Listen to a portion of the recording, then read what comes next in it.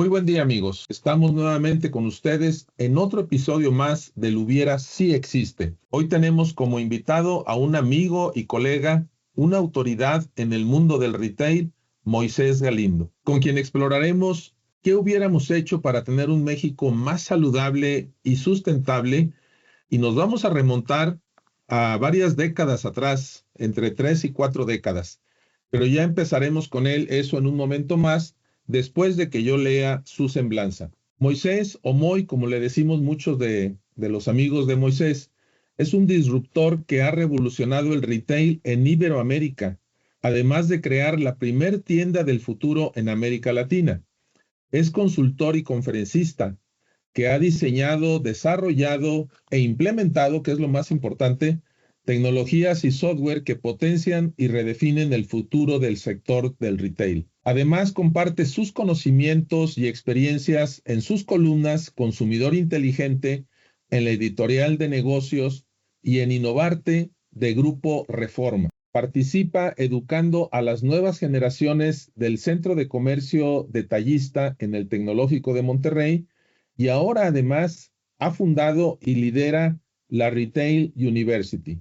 Moisés, muchísimas gracias por acompañarnos, por darnos un espacio en tu agenda, y aquí estamos listos para empezar a platicar y reflexionar sobre qué hubiéramos hecho hace 30 o 40 años para que hoy tuviéramos un México más saludable y más sustentable. ¿Cómo ves, Moisés? Pues bienvenidos y vamos por eso, Roberto. Muchas gracias por la invitación. La verdad es que es una gran reflexión a la que me estás retando y considero que si nos regresamos en el tiempo, vamos a ir 3 o 4 décadas o 5 hacia atrás, pero quisiera ir mucho más atrás. Excelente. Para iniciar diciendo, como algún día nos lo dijo Hipócrates, que tu alimento sea tu medicina y que tu medicina sea tu alimento.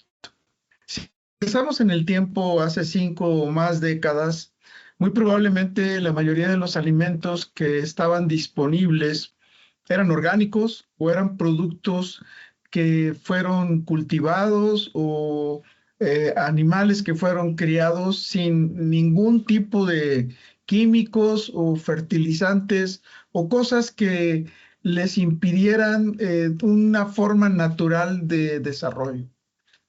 El tiempo y la evolución, incluso la llegada de nuevas tecnologías, lo que empezó a provocar es que quisiéramos acelerar los ciclos de producción, quisiéramos estar menos expuestos a las plagas o a las cosas que típicamente suceden. Y eventualmente, a la hora de tratar de tener cultivos mucho más robustos a cierto tipo de condiciones de la vida, iniciamos un proceso de colocar alguna serie de protecciones que en el largo plazo muy probablemente resolvimos el tema de la agricultura o resolvimos el tema del desarrollo de una ave o de una res o un puerco. Sin embargo, el tema está en que todo tiene una consecuencia y esa consecuencia viene a generar que los productos que a lo largo del tiempo venimos consumiendo vienen incluyendo una serie de elementos que fueron colocados de una manera proactiva y positiva para que evitemos, digamos, que tengamos un mejor control de lo que estamos produciendo. Sin embargo, al conservarse estos dentro de las plantas o de los animales, las proteínas que consumimos, pues vamos a descubrir que el cuerpo humano está preparado para desechar prácticamente todos los elementos que consumimos, que ya no son útiles para el cuerpo humano. Sin embargo, algunos de estos aditivos que le hemos colocado no son fácilmente desalojados por la naturaleza humana y acaban permaneciendo dentro del cuerpo. Y entonces eso es una fuente potencial en el mediano y largo plazo de algún deterioro o algún daño. Si nosotros nos ponemos a ver las maravillas que tiene el cuerpo humano, vamos a descubrir que es capaz de consumir bebidas y alimentos y es capaz de extraer los nutrientes necesarios para sobrevivir y llevar estos nutrientes a través del torrente sanguíneo a cada una de las células para alimentarla, para permitirle permanecer, crecer y desarrollarse. Sin embargo, cuando estos nutrientes traen otros elementos extraños que son difíciles de expulsar del cuerpo, pues suceden eso. Y es mismo que digo con los alimentos y las bebidas, también ocurre con lo que respiramos. Nosotros respiramos aire, en teoría puro o limpio, para extraer el oxígeno y desechar el dióxido de carbono y todo aquello que el cuerpo humano no necesita. Y entonces, como un planteamiento del hubiera, es qué podemos hacer para revertir esta forma de provocar que el cuerpo sea alimentado y nutrido y que pueda respirar los elementos correctos para estar más saludable, en el entendido de que si nos regresamos 50 años en el tiempo, el índice de enfermedades que teníamos en esos momentos es totalmente diferente al de ahora. Claro. Hoy vamos a descubrir un país con mucha obesidad, vamos a descubrir un país con muchas enfermedades que típicamente no ocurrían, vamos a descubrir un país con un alto índice de hipertensión arterial y otra serie de padecimientos graves que acaban provocando que el costo de recuperar la salud de las personas sea cada vez más alto. Sí. Por aquí vamos a comenzar a hablar. Moisés, pues muy interesante lo que nos compartes y quisiera hacer algunas observaciones que lejos de mitigar los efectos que nos estás mencionando, efectos que no son favorables para la salud de los mexicanos y de la población en el mundo, porque esto que nos platicas no es únicamente en México, sino que en todas partes se ha buscado resolver, como tú nos decías, una serie de situaciones y se fueron agregando una serie de sustancias en la crianza de los animales, en los fertilizantes de los alimentos que consumimos, que a final de cuentas empiezan a cobrar su cuota, ¿verdad? Como bien decías, en teoría lo que ingerimos lo desechamos, pero hay algunos elementos que se quedan en nuestro cuerpo, provocando ahora una serie de enfermedades que probablemente existían antes, pero no con la preponderancia que hoy existen. Y además hay otro detalle interesante que no tocaste y pensé que por ahí ibas a mencionarlo. Un amigo que es experto en temas del agua me dice que, por ejemplo, hablando específicamente de medicamentos y drogas, se desechan vía la orina, las heces fecales, y son muy difíciles de remover en el tratamiento del agua, ¿sí? Es de lo más difícil de remover en el tratamiento del agua. Si lo podemos ver con una óptica de que a través del análisis del agua que desecha una ciudad, y si está, por ejemplo, como estratificado por cuadrantes en la ciudad, se puede identificar qué población consume qué tipo de drogas. Y no me refiero solamente a las drogas no permitidas, sino a las drogas que vienen en las medicinas que ingerimos, ¿sí?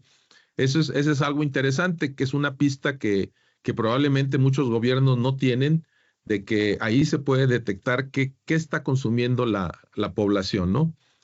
Pero por otra parte, es difícil de erradicar, de tal manera que es probable que dependiendo de la efectividad del tratamiento que da el agua, el organismo que opera y administra la gestión del agua en las diferentes ciudades, pues pudiera ser que en el agua que estamos recibiendo en nuestros hogares todavía traiga trazas de esos elementos que sí desechó el cuerpo. Lo que tú nos decías es los elementos que el cuerpo no desecha y que luego vienen a generar, incluso hay otro tema de una adolescencia prematura, en donde la parte hormonal de los jovencitos, las jovencitas, se atribuye a ciertos elementos que dan en la alimentación del ganado. O voy a dar un dato que me compartió un colega, en donde me dice que para incrementar un 25% el peso de los pollos, ¿sí? Inyectan sustancias muy efectivas en esa parte. Y obviamente, pues imagínate, quienes crían y venden esos pollos, pues tienen, vamos a decir, un ingreso excedente. Pero eso que le inyectan, inevitablemente sí nos afecta, ¿eh? Definitivamente. Y ahora que tocaste el tema del agua, un planteamiento que del hubiera pudiera ser, cuando nosotros nos ponemos a valorar que existe una serie de leyes dentro de nuestra Constitución o artículos de la Constitución que establecen que tenemos derecho a agua potable. Sin Sí, embargo, literalmente en ninguna parte del país hay agua potable. Y entonces, ¿qué ha sucedido? Pues que México se ha convertido en el mayor consumidor de agua potable embotellada. ¿Y qué ha sucedido? También que los grandes embotelladores de bebidas que conocemos decidieron entrar a resolver un tema que debió haber sido resuelto políticamente por los gobiernos y ha sido resuelto comercialmente ante una necesidad. Y hay quienes tienen una arista hablando del tema en función de que critican esa voracidad comercial. Sin embargo, yo preguntaría, ¿cuál sería el estado de salud del país si ellos hubieran hecho caso omiso de participar distribuyendo agua potable? Muy probablemente el índice de enfermedades que tenemos en el país sería mucho mayor. Y la única cosa que queda incompleta en la actuación comercial de estos grandes embotelladores de agua está en la utilización de los envases. Y que bueno, eso será parte del tema de lo que hablaremos en función de que así como el cuerpo humano también tiene cosas que se queda y que no puede desechar, también el medio ambiente se queda con cosas que no puede destruir y se van quedando ahí y que van provocando algún tipo de contaminación. Y entonces en una de mis columnas yo hacía el planteamiento y decía, ¿qué pasaría si todos los gobiernos, además de poder colocar agua potable, pusiéramos agua que viniera con alguna preparación que permitiese que el consumo de mejor agua pudiera disminuir algún índice de enfermedad o algún índice de algún elemento que está siendo crítico para la salud del país?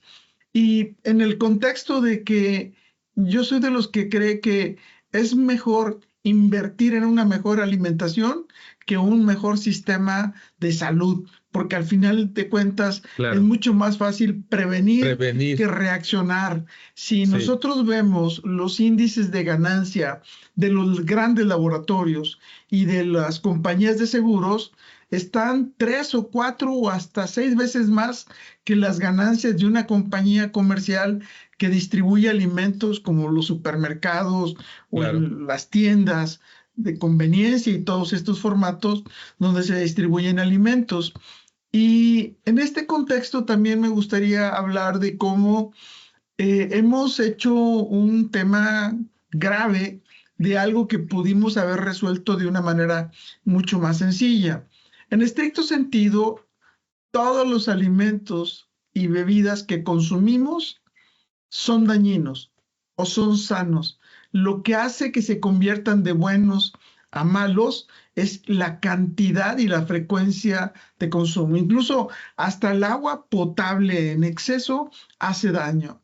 Y entonces, un primer esfuerzo que yo veo aquí importante es que a la hora de que nosotros decidimos colocarles fichas nutricionales a los ingredientes o a los productos que Sí, estamos consumiendo, se definen porciones y se definen naturalezas de consumo de manera estándar, pero la realidad es que las necesidades nutricionales de alguien de 5 años, de 10, de 50 o de 60 años son totalmente diferentes en función de la edad y también de las actividades profesionales o personales que ejecuta. De tal suerte que el consumo de alguien que puede ser en exceso, pues para alguien que es un triatleta es normal. Y entonces hemos distorsionado la ficha nutricional. Y para colmo, a alguien todavía se le ocurrió cometer el grave error de crear los octágonos, que eso lo dicen exceso de sodio o exceso de carbohidratos. Sin embargo, la realidad es que eso acaba desorientando todavía más a los consumidores a la hora de leer las etiquetas y que de alguna manera se vuelven poco funcionales. En alguna convención de ANTAD hace unos 4 años, proponía yo que es muy difícil combatir el desconocimiento que tenemos nosotros para la vida diaria con lo que tenemos de información. Y entonces hay mucha ignorancia, ¿no? Ahora, si hay analfabetismo educacional, pues también hay analfabetismo nutricional. Y entonces, si yo hago un esfuerzo donde coloco a que todos los que compran alimentos para ser revendidos a los consumidores fuesen un primer filtro, es decir, los que trabajan en estas grandes compañías, podríamos colocar una serie de productos que son mucho más aptos para todos los seres humanos y sin tener que tener un amplio conocimiento nutricional, podríamos hacer un esfuerzo para abordar de una manera mucho más inteligente el tema de la salud. Si yo tengo 20 productos y 10 son aptos y 10 son críticos para la salud, pues estoy en riesgo. Pero si los 20 que estoy ofreciendo son aptos y no son tan riesgosos, estoy contribuyendo de alguna manera. El gran reto está en que cada quien venimos resolviendo las cosas a destiempo. Y mi explicación en el a destiempo está en esto, ¿no? Si me regreso 50 años atrás, ningún supermercado vendía medicinas. Sin embargo, con el tiempo descubrimos que vender medicamentos es una oportunidad. Y no solo agregamos medicamentos, sino hace 25 años Moisés proponía que los supermercados tuvieran miniclínicas. Los primeros me dijeron, estás loco. ¿Y qué sucedió? Que colocamos doctores y miniclínicas adentro de los supermercados. Es más, hoy el sistema de salud nacional, sin los consultorios donde se da orientación clínica, estaríamos en una grave situación de salud.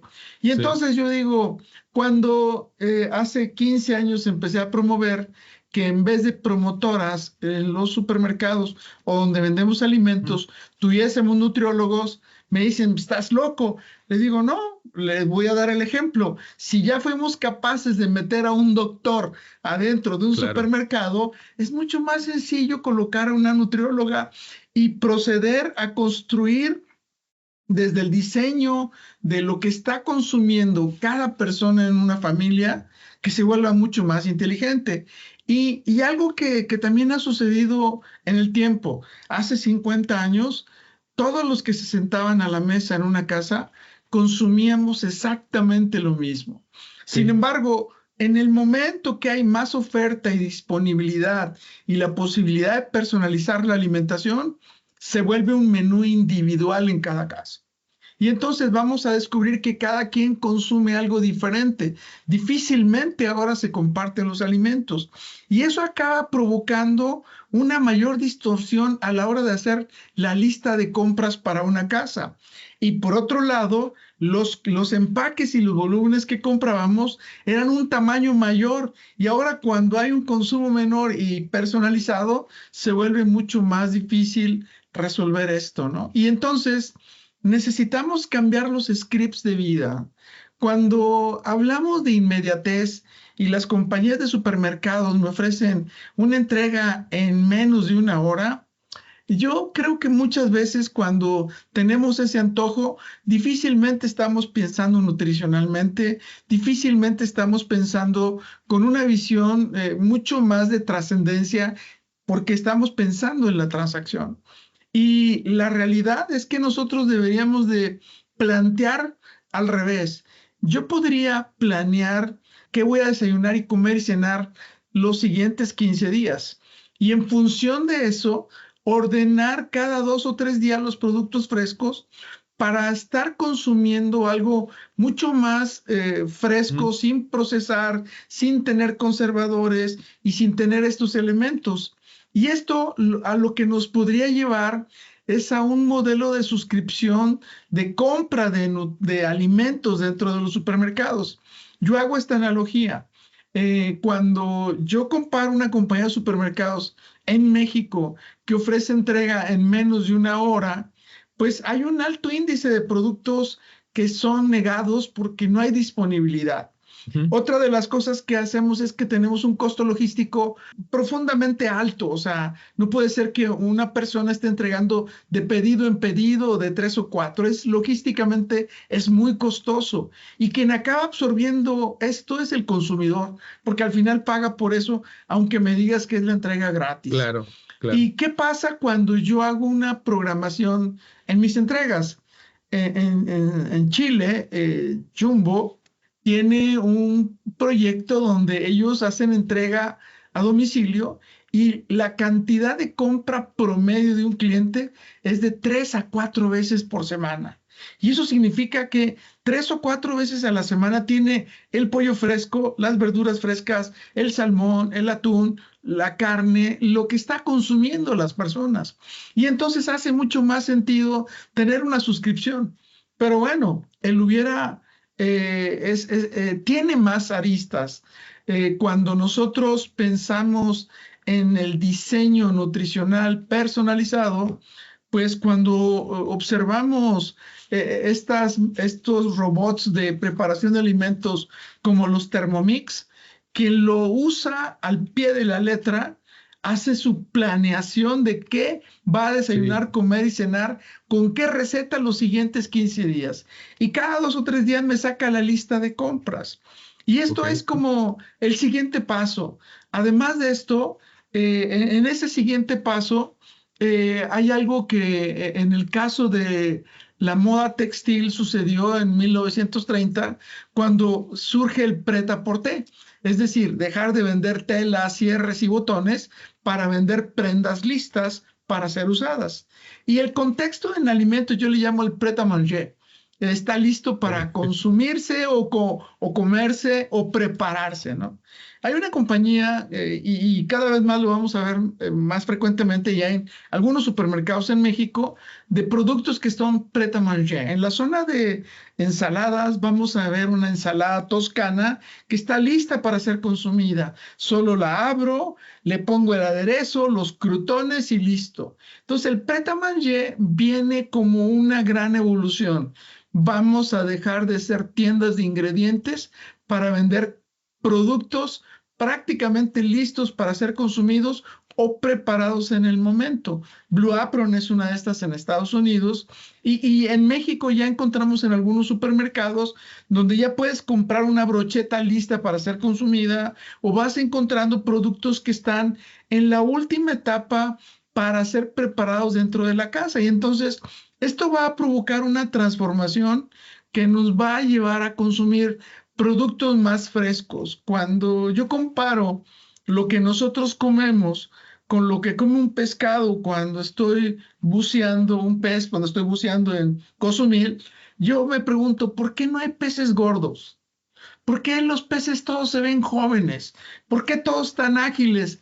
Porque comen directamente la plantita del fondo del mar y es fresco. No hay refrigeradores, no hay conservadores, no hay bancos, no hay afores, no hay hospitales, no hay doctores. La propia naturaleza ha llegado al contexto de que tu alimento sea tu medicina y que tu medicina sea tu alimento. Perdón, déjate, te hago algunos comentarios. Y sobre esto último, los perros gordos y los gatos gordos los vemos en los hogares. O sea, si ellos estuvieran en su hábitat natural, no existirían, ¿sí? Mira, está bien interesante porque empiezo a identificar como varios subconjuntos o subsistemas que pueden aplicar el hubiera, ¿no? Desde los productores de los alimentos, ya sea del campo o animal, ¿verdad? Como una reflexión de decir qué es lo que estamos haciendo, ¿verdad? Que está provocando todo esto como un efecto secundario. Luego me gustó muchísimo la idea que propusiste de que los grandes supermercados, que son los grandes compradores de estos productos, fungieran como primer filtro. Eso, ahí está otra acción que no se ha hecho y que debiera de suceder, ¿no? La de los nutriólogos en los supermercados, la verdad es que nunca lo hubiera concebido. Claro que estamos acostumbrados a las demostradoras o demostradores que nos están dando una prueba, ¿verdad?, del producto y que en ocasiones nos convencen para decir, ah, bueno, pues dame un paquete o dame 2 paquetes. Pero no es lo mismo que hubiera nutriólogos en estos establecimientos. Pero también me gustaría que nos compartieras un concepto que tú has desarrollado muy bien y ahorita lo tocaste varias veces como de manera implícita, y es el consumidor inteligente. Porque en la medida que nosotros como consumidores, porque en un momento dado podemos sentirnos impotentes y decir, no, pues es un tema de los agricultores, de los empacadores, de los alimentadores de ganado, de los rastros, en fin, o es un tema de las grandes cadenas comerciales que no sirven como filtro, pero nosotros somos también un filtro, ¿sí? Así es, y el tema de consumidor inteligente surge cuando, hace casi 15 años, cuando en Grupo Reforma me invitan a escribir mi columna. Y recuerdo muy bien, Arturo Padilla fue uno de los que me sugirió ese nombre. Arturo era su director editorial en Guadalajara y pensamos en el consumidor inteligente porque el consumidor es una persona sabia que nosotros podemos empoderar con conocimientos para que tome mejores decisiones. En esencia, cuando empecé a valorar la existencia de nutriólogas dentro de los establecimientos, tiene un solo propósito: empoderar al consumidor y empoderar su salud, empoderar su bienestar saludable. En esencia, en una organización comercial, a nosotros no nos venden alimentos o bebidas o nos venden ropa. Nos venden vernos bien, nos venden sentirnos bien, nos venden sentirnos protegidos, nos venden estar saludables, nos venden cosas que nos permiten ahorrar tiempo, nos venden cosas que nos permiten ahorrar recursos o dinero y nos venden cosas que nos ayudan a multiplicar nuestro dinero o nuestros recursos. En realidad es lo único que estamos nosotros adquiriendo a lo largo de la vida. Y entonces un consumidor inteligente debe de prevalecer su bienestar saludable. Y su bienestar saludable es responsabilidad de cada quien. Es importante concebir que los alimentos y las bebidas que consumimos juegan un rol fundamental en nuestro estado de salud, pero también lo que hacemos alrededor de nuestro tiempo, en nuestro ejercicio, en nuestras actividades personales, que incluyen dormir bien, que incluyen hacer ejercicio o mover a nuestro lindo cuerpo, porque al final en esencia seguimos siendo animales, como con las debidas proporciones y respetos a todos.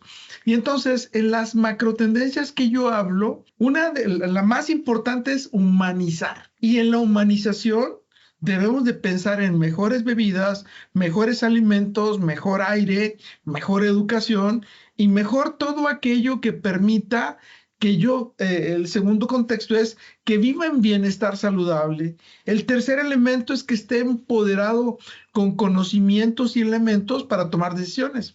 Cuando yo escucho, tengo el precio más bajo del mercado, la pregunta es, eso es transaccional. Pero si yo le digo además, este producto es el mayor, el que provee mayor nutrición en el mercado, cambia la variable. Pero si además de eso digo, este producto, además de que tiene el precio más bajo del mercado, es el que más nutre y es el que más protege al medio ambiente, Claro. estamos jugando con las variables win-win-win que tú tanto nos has compartido. Porque no basta con consumir bien los alimentos, algo barato, tiene que ser saludable y tiene que ser consecuente con el medio ambiente. Cuando yo le pregunto a las personas, si compras un Ferrari, ¿le vas a poner de cualquier gasolina? Pues no, porque tu auto es importante, pero tu cuerpo es 1000 veces más relevante y hay que alimentarlo correctamente. Fíjate que hay un concepto que yo manejo, desconozco si exista, a lo mejor en el mundo que tú te mueves es un término común, yo le llamo wallet share, o sea, la distribución de cómo el gasto familiar de la cartera, ¿verdad? Lo destinamos. Y leía que en ocasiones nos quejamos mucho de que ahora es más difícil adquirir ciertos bienes, incluso una casa, por ejemplo, pero también la reflexión es que antes no gastábamos en un servicio celular o en los mismos aparatos celulares lo que hoy gastamos, ¿sí? O sea, como que el dinero se está yendo hacia otros satisfactores y probablemente, como tú dices, la gasolina de nuestro Ferrari, la estamos descuidando y lo estamos alimentando de una manera errónea. Y te quiero hacer un apunte adicional.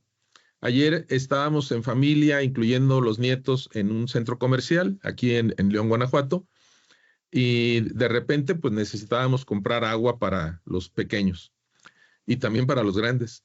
Entonces voy a una islita, ¿verdad?, dentro del centro comercial, pregunto que si tienen agua embotellada y me dicen sí, de 1 litro.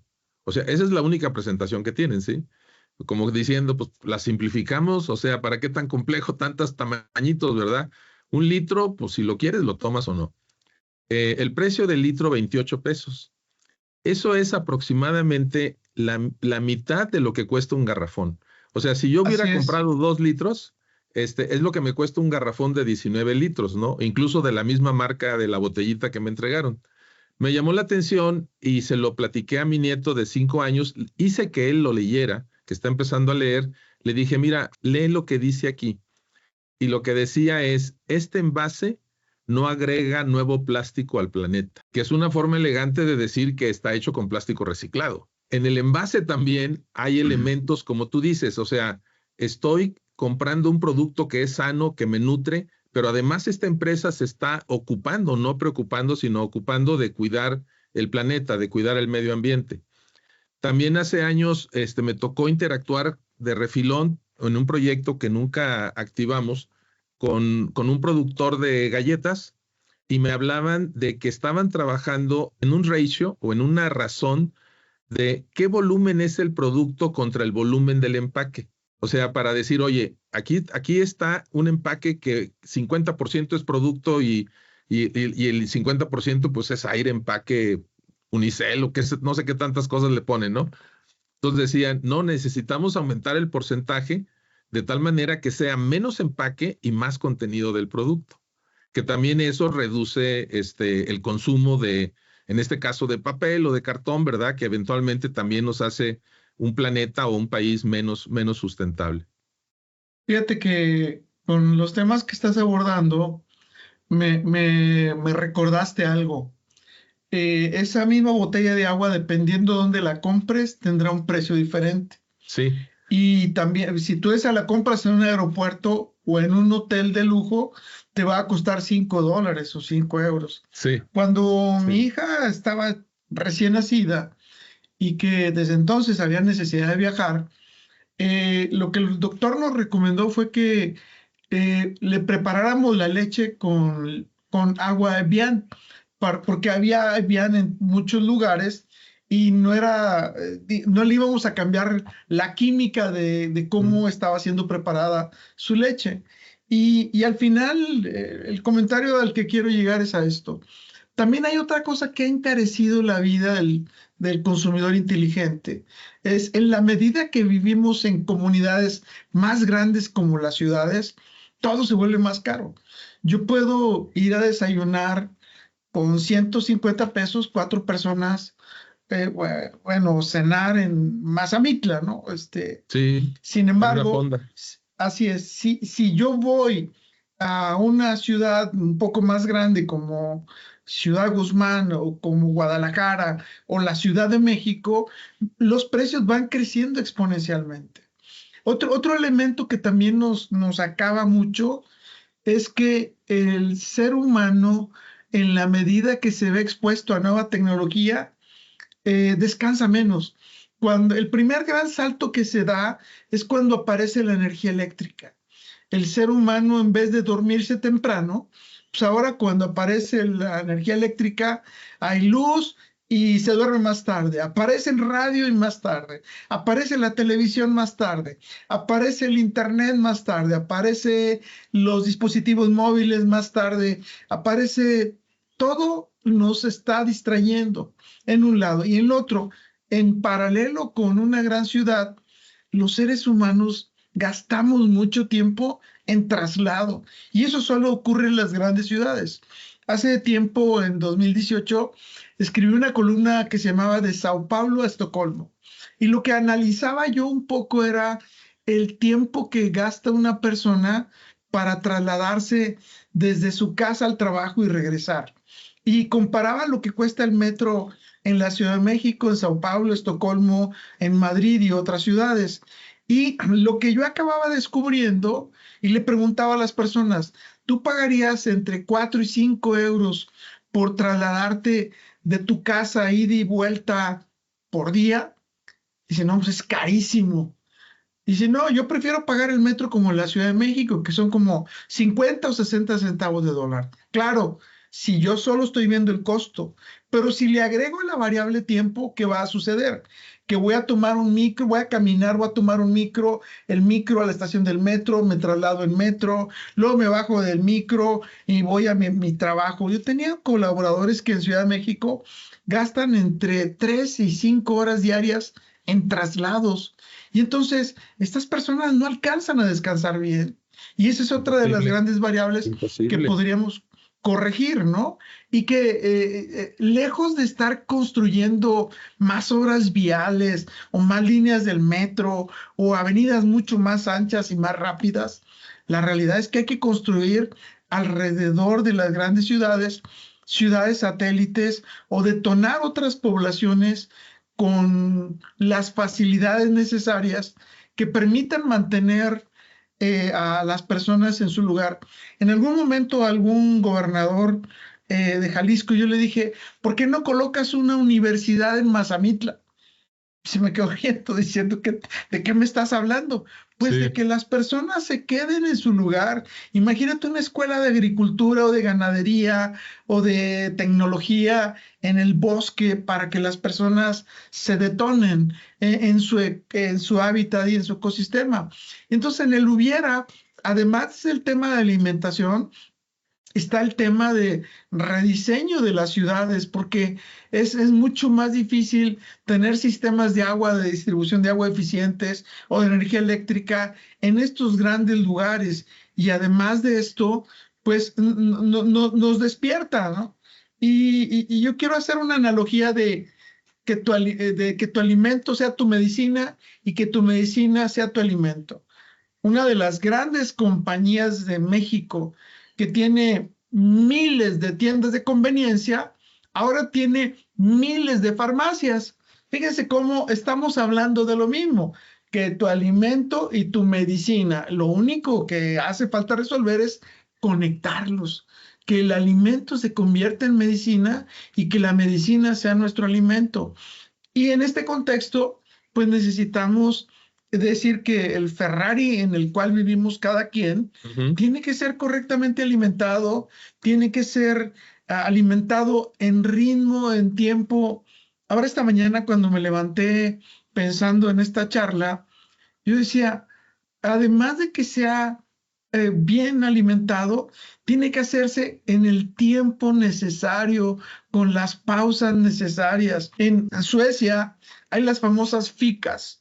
Las ficas, Suecia tiene uno de los niveles de vida más altos del mundo y en las empresas todos tienen derecho a una fica en la mañana y una fica en la tarde. La fica no es más que un alto para tomar café con tus colegas en tu oficina o salirte a caminar un poco. Y entonces, ¿para qué sirve eso? Para socializar, para descansar, y a veces en esas ficas se inventan cosas muy valiosas para beneficio de la compañía y la sociedad. Imagínate la creatividad de todos que se genera en esas conversaciones donde puedes hablar de quién ganó ayer en algún partido O puedes hablar de un tema profesional que está ocurriendo con tus clientes o en la operación de tu compañía.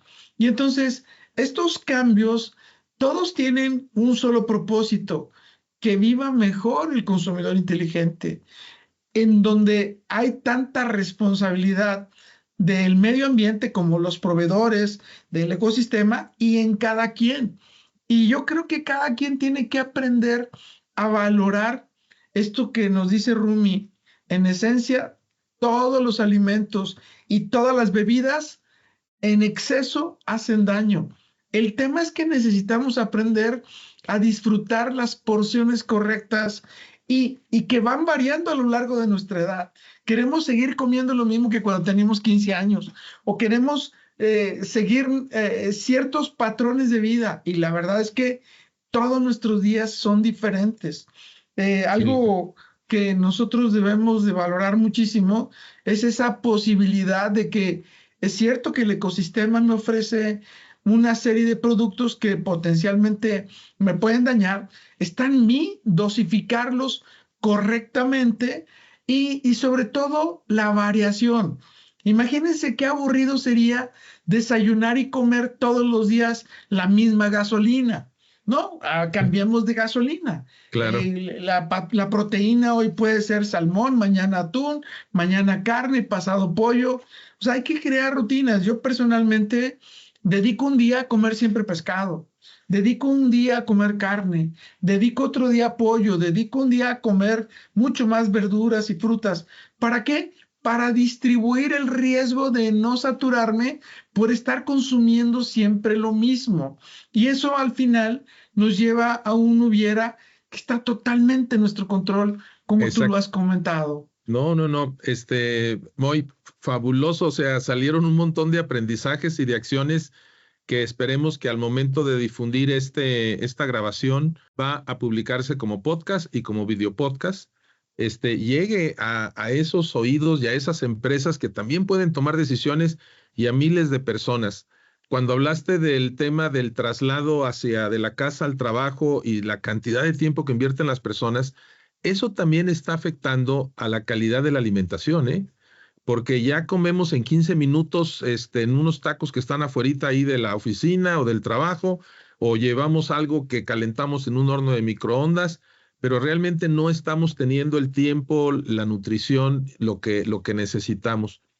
Hay muchas cosas que se pueden hacer tanto a nivel de las grandes compañías como a nivel personal, que fue lo que cerraste, la forma en que cerraste, que me parece fabuloso, el de que nos convirtamos gradualmente en consumidores inteligentes y que incluso desde las escuelas, ¿verdad? Desde las instituciones educativas, también se promueva este tema de nutrición en todos los grados, ¿sí? En todos los grados, porque eso debe ser un continuo de nuestra vida. Pues te agradezco muchísimo tu tiempo. No dudaría que nos encontremos nuevamente para continuar lo que hoy se nos fueron volando estos minutos y encontramos muchos hubieras. Te agradezco mucho tu tiempo, Moisés. Muchas gracias a ti, Roberto, y compartiendo con todos que al final nosotros somos lo que decidimos y cualquier decisión se viene acumulando. Si todos los días decido consumir lo mismo, esos tacos afuera de la oficina o esa torta de tamal no hacen daño.